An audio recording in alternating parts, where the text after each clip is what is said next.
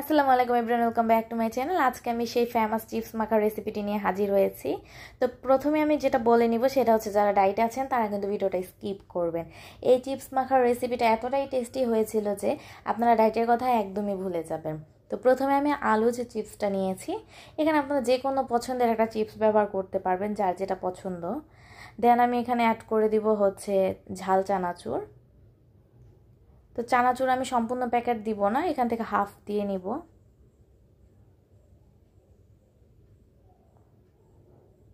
এই তো চানাচুরটা আমি দিয়ে নিলাম।